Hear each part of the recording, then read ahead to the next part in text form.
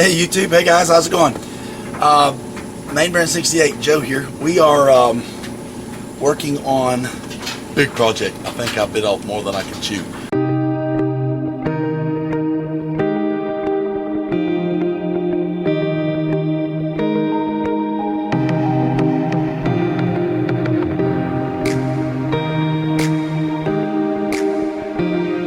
We're canning 100 pounds of chicken. I hope you enjoy it, and stay tuned. This is some of the tools that we've got. Got several largemouth quart size jars, some mason, some ball. We have some lids. Them little, like most of those lids, most of those rings are small. Ooh, fixing to make a mess. But we have some more coming. These are the spacers. I just find it really easy, or easier. There's a lid to the pressure canner, and there's the pressure canner. I find it usually a little bit easier to keep your canning stuff in a tote. Just keep it all together. We've got 110 pounds of chicken because we got it on sale, and that's a lot of chicken to can. I figured about 2 pounds per quart means we're gonna have about 60 quarts.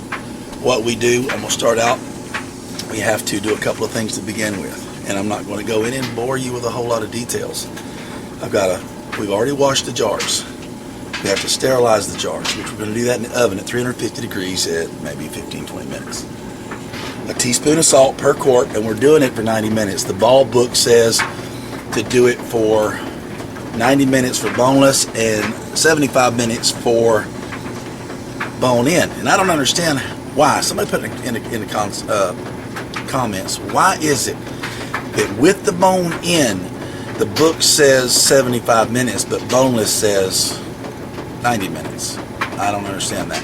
Maybe because there's more meat, you know, in the boneless, and it takes longer to cook more meat because the bone takes up room. I don't know. What I did was, because some of it's boneless, some of it's bone-in, I just did it for 90 minutes. I figured, err on the safe side, do the longer time. It's certainly not going to hurt anything. So here we are. I hope you enjoy it. We're going to hit the time lapse now.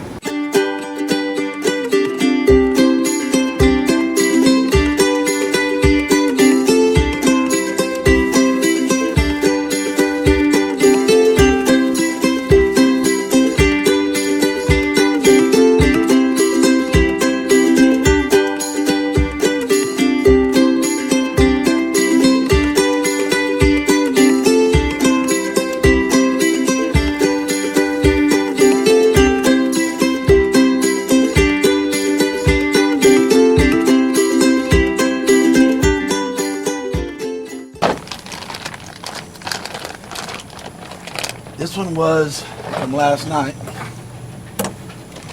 It took 1.5 bags to do 7 jars. The trick to hitting the joint to cut the leg off, you pull the leg down and you see that little low spot. Looks like a weak spot. They say you are not jealous if you hit the joint.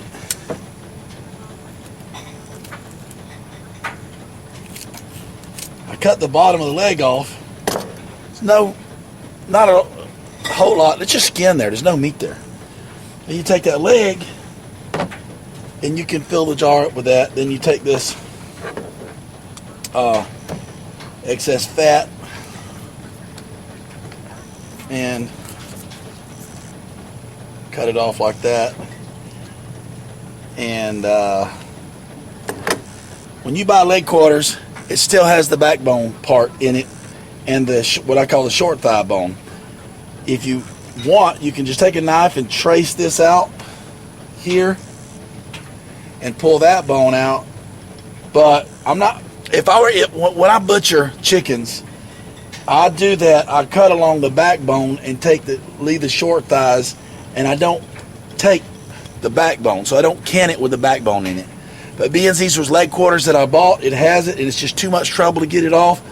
I'll just leave these whole, shove as many as I can get down in a jar, and I'll show you that in a minute. And then when I get close to the top, I'll start taking these short thigh bones out. But that's pretty much the way I do that. Let me show you one more time. I get a separate bowl for the scraps, because you can use the scraps. Everybody says, oh, throw that away. I don't. I make dog food or cat food or whatever out of it. Make some broth and then grind it up and what's left. And anyway, bend this down, feel the soft spot. You can feel it sink in right there. That's where you cut. And you'll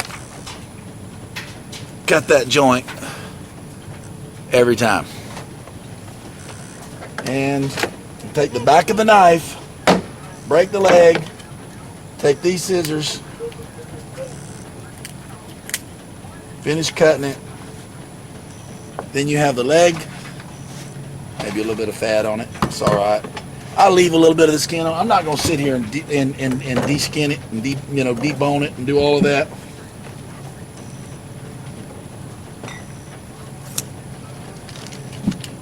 I like using scissors because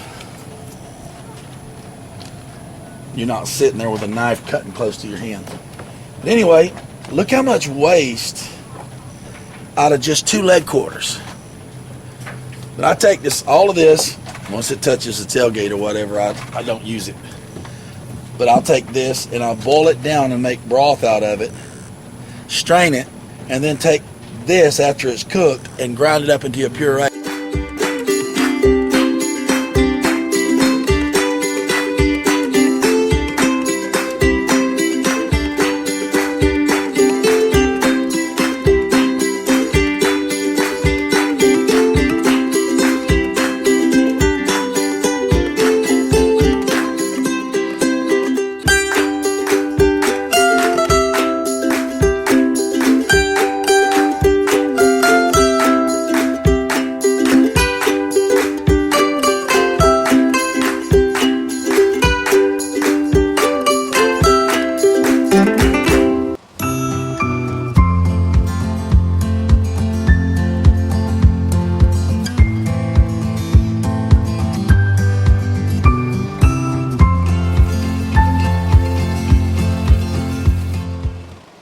Tailgate, everything's clean. So we're introducing no bacteria. We have the fan going. I apologize for the noise. The fan is to keep, if there's gnats or flies or anything, it keeps that blown away, dual purpose. Plus, it keeps us from overheating because it's pretty hot today. So I'll check right back with you in just a minute and bring you along for the show. And if you see any mistakes or anything that, not just being critical like, hey, you're an idiot. There's enough of that in the world. But if you have anything helpful to say, like, hey, you should try this or try that, I'm up for anything that'll make this easy. I'm doing a lot from what my grandmother taught me. Bless her heart, she's gone now. I can't ask her any questions. For instance, used to in the pot years ago, she'd put a tea towel or a dish towel down in the bottom of the pot. I can't ask her why. I have to assume it's because maybe she didn't have that little disc that goes in the bottom of the pressure cooker that holds the jars up off from making direct contact. Maybe that's why. But if you know why the old timers used to put towels in and around their jars, maybe because the jars were breaking, they didn't want them clanging together. I don't know. Put that in the comments, please. And we'll be right back with you. All right, here we go. The idea is, what I usually like to do is put 2 thighs in there, like spooning, like this, down in the bottom, and then put the other one this way, so that it pushes all possible air pockets out. And there's still going to be a little bit. We're not putting any water in these, because these things are full of water from the factory, from the processing plant, and the fat.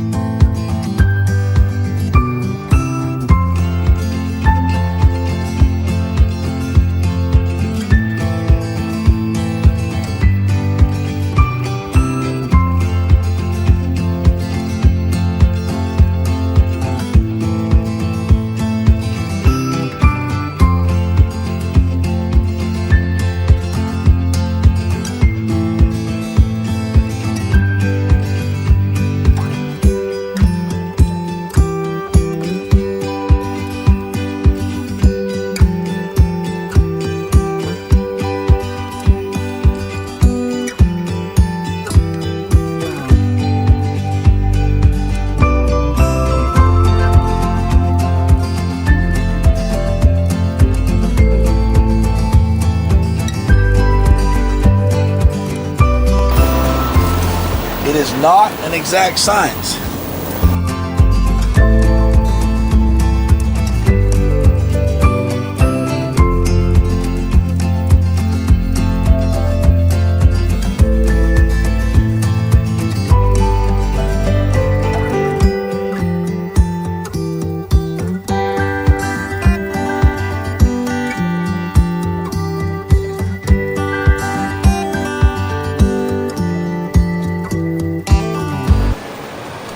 Water's perfect. We add vinegar? Yeah. Add some vinegar, about a half a cup. I don't know. Y'all tell me I'm winging this. Y'all tell me in the description how much vinegar in a 22 quart canner.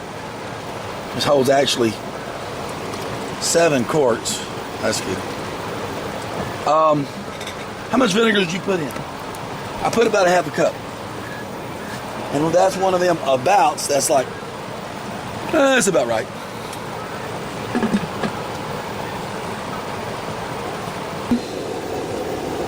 Weight, 10 pounds, the number 10 here. When this hisses for 10 minutes, put that on, bring it up to pressure when it's steaming for a minute, a minute, 90 minutes. So we're gonna leave this off for right now and check back with us shortly. All right, I forgot to push record. I just emptied this out, hosed it out, dumped it out, and ooh, there is the money shot. You look, whoo, Aunt Nellie, Sookie, look, still boiling. Check that out. I waited, I turned it off, and I waited till it totally cooled down. I was able to remove the weight, and there was no steam coming out. Took the lid off and took them out. So, anyway, that's the process. I had to run an errand uptown and frittered the morning away. Come back in the afternoon, started this about 2 o'clock. What time is it now? 5:42. So it takes about 3 hours to run a batch. Hopefully we'll get better where it won't take so long. I've got a couple more pressure canners in storage, but they need new gaskets and maintenance done on them, and I'm not going to use them because I'm not sure about their safety. But when I get situated and get them serviced, I'll be able to, as soon as one gets done with its processing time, I can set that off and set it down on a concrete block, set another one up there, fill it up, turn it on, and immediately, boom, go right into the next set. If you've got one canner, and most people do just have one canner, check on Craigslist and yard sales and what do they call them when somebody passes and they have a check on estate sales and things like that, and pick you up another canner. Everybody wants one of the Americans. I want one of the big American with the wing nuts. Everybody wants one. It's a metal on metal seal, gasketless. Everybody wants one. I'm going to get one, but I'm going to use my old ones too because, man, it just takes so long. 3 hours to process 7 quarts.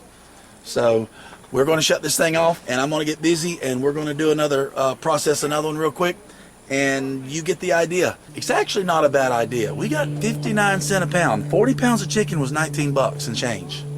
Not bad. And in Florida, you don't pay sales tax on your groceries, so not bad. Like 1996 or something like that for 40 pounds. Yeah, but I like white meat. Don't we all? But it's better to have something in the pantry than to have nothing. So I look at it like that. Plus, it's got a lot of fat in here. We can open it up. It's congealed to a gelatin.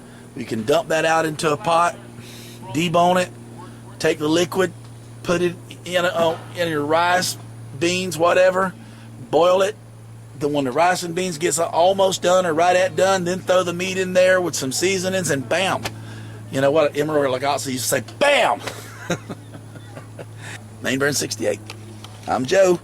My wife Mia and my son and daughter-in-law and everybody's involved in this. It's a family ordeal. So thanks for coming along and being part of the family.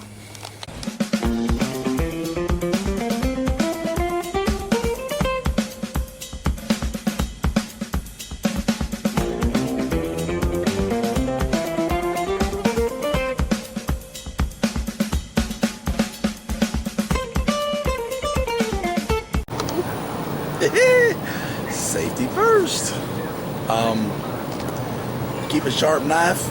Accidents are liable to happen. I cut the end of my knuckle off.